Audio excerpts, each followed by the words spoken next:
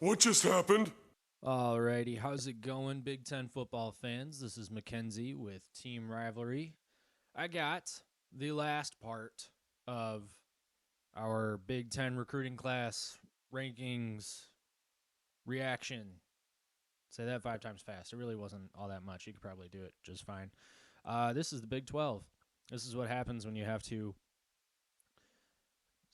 minimize the screen so that you can actually see everything properly. All right, so last time we talked, we had a difficult conversation about Nebraska. Actually, it wasn't that difficult. It was just frustrating to talk about because we were thinking about all the things that could have been with one Scott Frost. Excuse me, I just had to burp. So, we will start this off with Michigan State. I was going to make a little brother joke, but I didn't. So, Michigan State fans, you should be happy about that.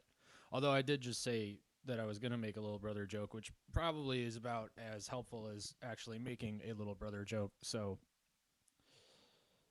moving on. Overall rank number 22, composite rank 23, transfer rank 26. All right, so head coach Mel Tucker, 2020 didn't go so hot. 2021, really, really good year. New Year's Six bowl win.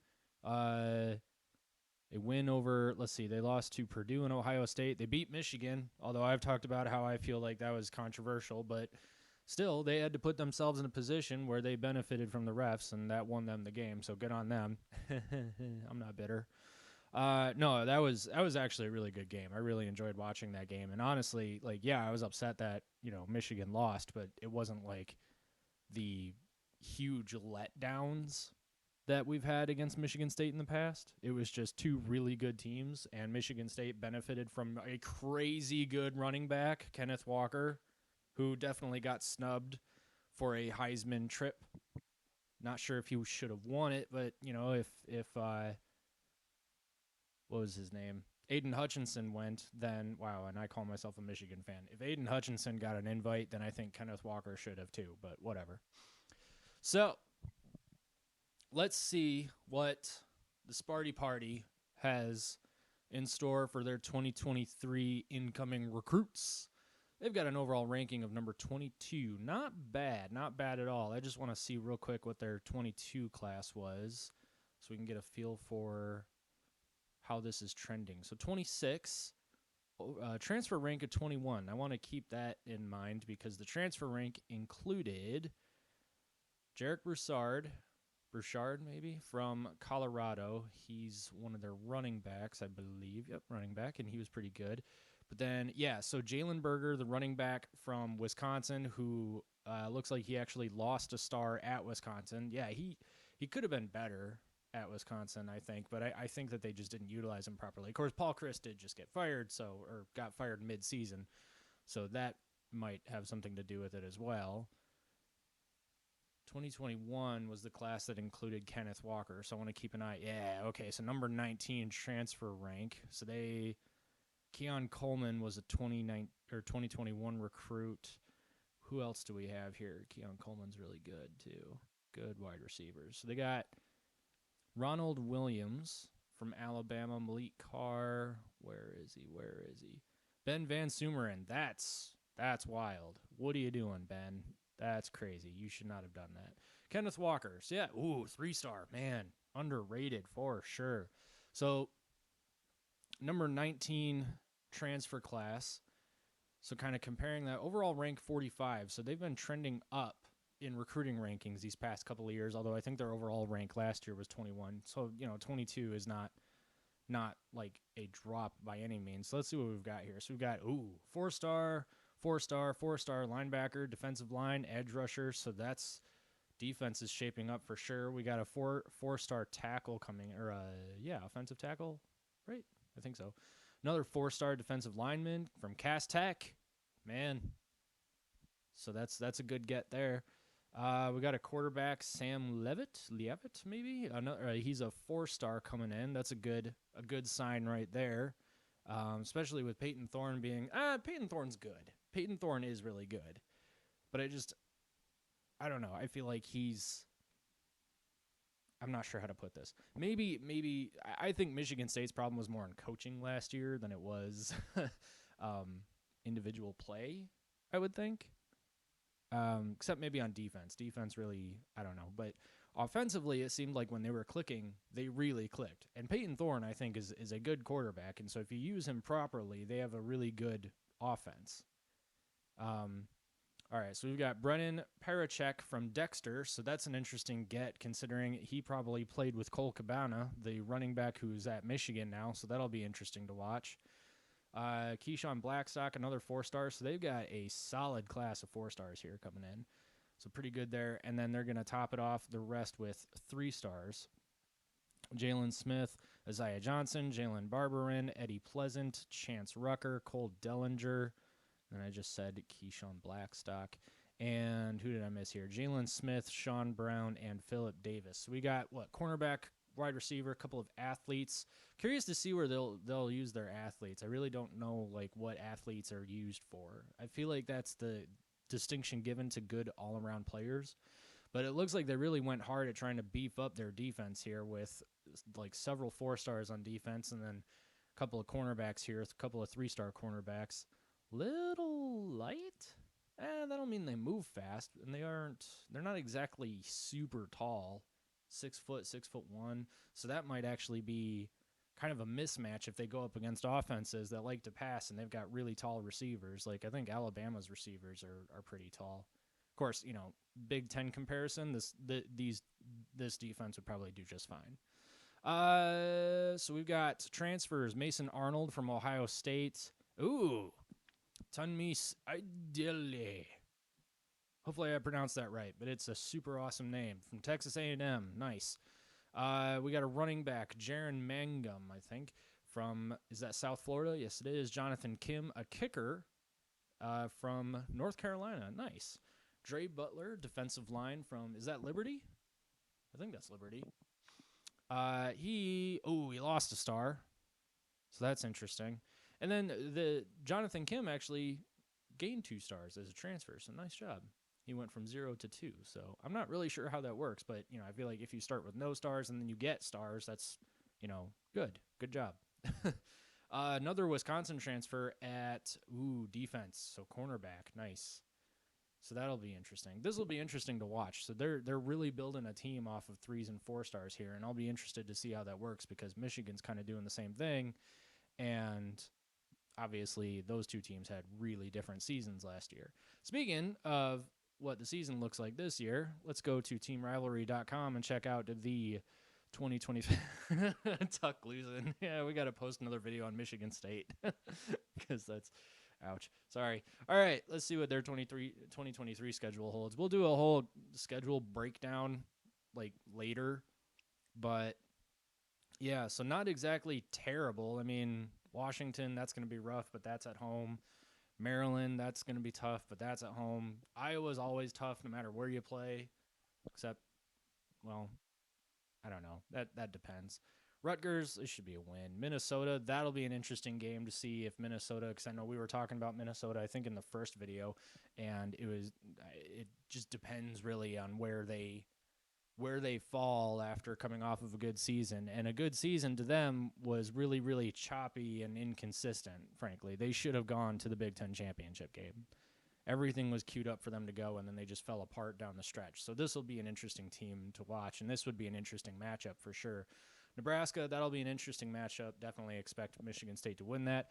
Ohio State, depending on how Michigan State is doing at this point, I would expect Ohio State to win, but maybe this will be a closer game than we'd think. And then Penn State should have a really good season. I don't expect Michigan State to win this game, but this will be an interesting game depending on how Sparty's doing, I guess.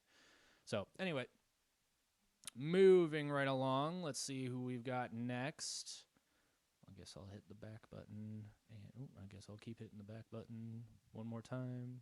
Guess a couple of times. All right. Michigan. All right. Number 3, Michigan with 24 recruits. Overall ranking, number 19. Composite ranking, number 18. And transfer rank, number 14. So, let's break this down. We have Cole Cabana from Dexter, Michigan. Cole Cabana is a huge get. very, very, very good, highly rated running back out of Michigan. I think Michigan, the state of Michigan, doesn't really have like extraordinarily highly rated players on a yearly basis. Was Rashawn Gary from Michigan? I think he was. I'm not entirely sure. Maybe. No, I don't think he was, but I can't remember where he was from. But like the actual state of Michigan, I feel like doesn't really put out 5 stars as much as like the southern states do, which is probably a really obvious statement, but that's my obvious statement for the day. So we got 3 4 stars right off the bat here, 4 4 stars rather. We've got the running back. That's a really good get. Jair Hill, that's a really good get. I believe Michigan stole him from. I cannot remember, not Georgia, but I feel like somewhere pretty big. Amir Herring, it's good to get the good players out of your own state, and he's from West Bloomfield, so that's a good get for sure. Cameron Calhoun from Winton Woods is a cornerback. That's another. So we got some interesting, a couple of 4-star cornerbacks coming in. And then is this inside outside lineman? I don't know what that stands for. I should probably look that up, but whatever.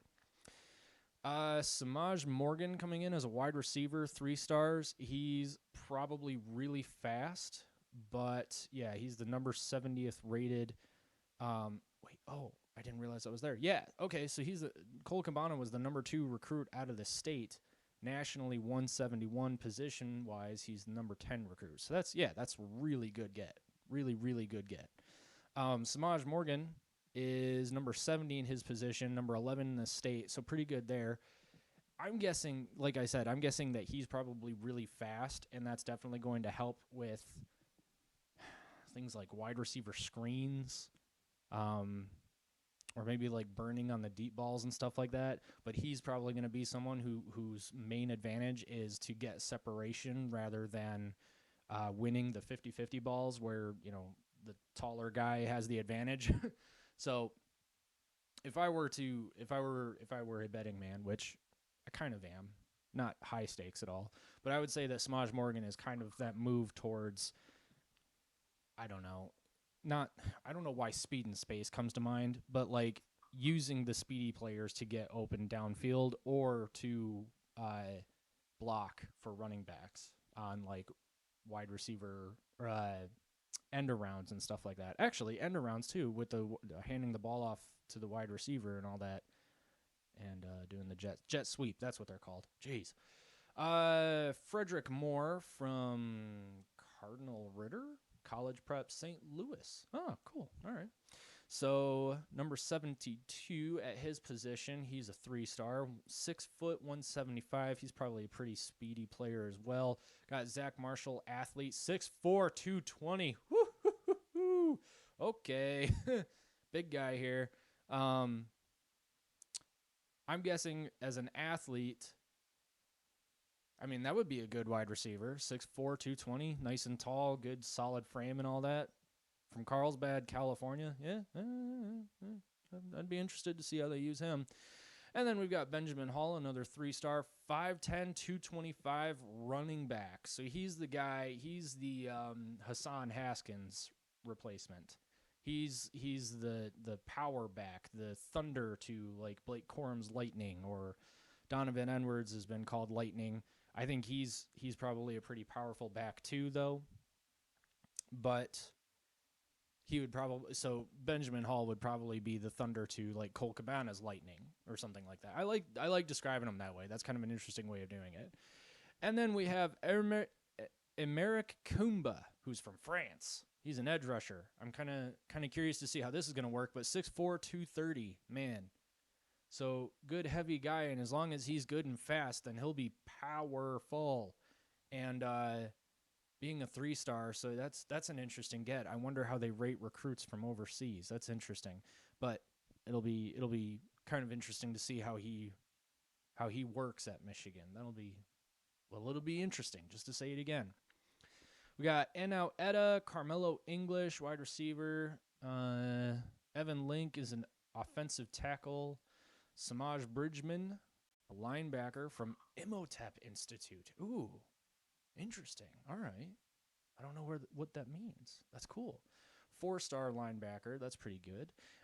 We have Nathan Ifobi, who's, I got to figure out what this means. What does this mean? Inside, outside linebacker? I don't know, but he is a 4-star, and he's 6'3.5". All right, cool. 282 pounds, so, nice heavy guy. That's pretty good. He's probably going to be a little bit speedy, but if he's got, the power, then he's going to be a good player. Deacon Tonielli from Oswego, Illinois. He's a tight end, a 4-star tight end at that. Nice and tall, good frame with the 215, so he'll probably be good and sturdy.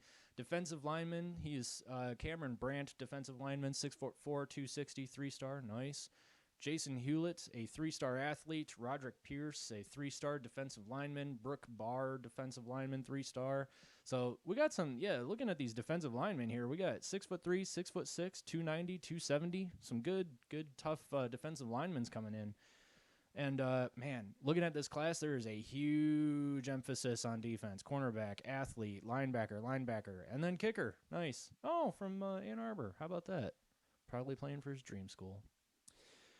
We have A.J. Barner coming from Indiana as a tight end. He's a good tight end, if I remember correctly. Jack Tuttle, the quarterback from Indiana. That'll be interesting to see how that plays out. I don't know how much eligibility he has, so I would imagine, he'd probably be J.J. McCarthy's backup. Drake Nugent, who I believe is the brother of another Stanford transfer that Michigan got last year on the offensive line. So that's pretty cool. Josiah Stewart, an edge rusher. He gained a star. That's pretty cool, from Coastal Carolina, and I don't think that they were actually bad last year. If I'm not mistaken, though, Miles Hinton was kind of the gem of the transfer class, although that feels kind of rude. But he's 6'6" and 308 pounds, which is big. That's pretty big. He's a 4-star. He's an offensive tackle. That's a really good get. Ernest Hausman, I believe, was considered one of Nebraska's best defensive players last year. So this is a good get for real for Michigan. For real. Ladarius Henderson gained a star. He is now a 4-star. He's a, gotta figure out what this means, inside outside linebacker or lineman. I don't know, but he's 6'4", 270. So we've got a decently sized line. And a lot of emphasis on defense coming in from Michigan. So this will be interesting, especially I honestly think that this is not a bad class. It's top 20 in the nation. Transfer is top 15. That's pretty good. Considering, Harbaugh's had, I don't know that Harbaugh's really had a lot of top 10 classes. I need to make sure. Let's see. What was last year's? Last year was, I almost stand corrected. Composite rank of number 9, so that's good. Will Johnson. But see, here's the thing, is that most of these players, I don't think Michigan lost very many players to the transfer portal except for the big names like Eric All and Cade McNamara. So transfer-wise, it kind of sucked last year. They didn't really get a lot in, and yet they still won the Big Ten. Oh, they got Olusegun Oluwatimi, and I believe he's actually transferring again. So that's kind of lame, but overall rank number 12. So yeah, that was a better class. And then 2021 overall rank number 13. The 2020 class, though, let's see that real quick. Number 12. Okay, so they're calling this a bad class for Michigan. They're calling the 2023 class a bad class for Michigan. Composite rank number 18, transfer rank number 14. So it's one of their better transfer classes in a few years, but I get it. It's not as good as the number 11, number 12, number 9 composite ranks that they had in the past couple of years. But number 18 is not bad either. And considering all of last season's team is sticking around except for the couple of transfers I mentioned, watch out for Michigan to be dangerous. I fully expect them to win the Big Ten again, especially because their schedule is just, really allows for it. Alrighty. Should I break up Michigan State and Penn State and Ohio State into another video? I think I probably should because I'm hitting the 20-minute mark. So I'm going to go ahead and end this one here and then get back to you with Penn State and Ohio State. So if you enjoyed this video, or if you didn't, either way, really, go ahead and hit the like button. But if you didn't like this video, I mean, still hit the like button, but then in the comment section, tell me how absolutely trash my takes are. That's totally fine. I don't mind. Also, if anyone by chance happens to know what the IOL position is, interior offensive line, I really don't know. But if you know what that is, please put that in the comments section and let me know because I need to know. All right. If you haven't subscribed yet, go ahead and do that. We'll catch you in the next video. What just happened?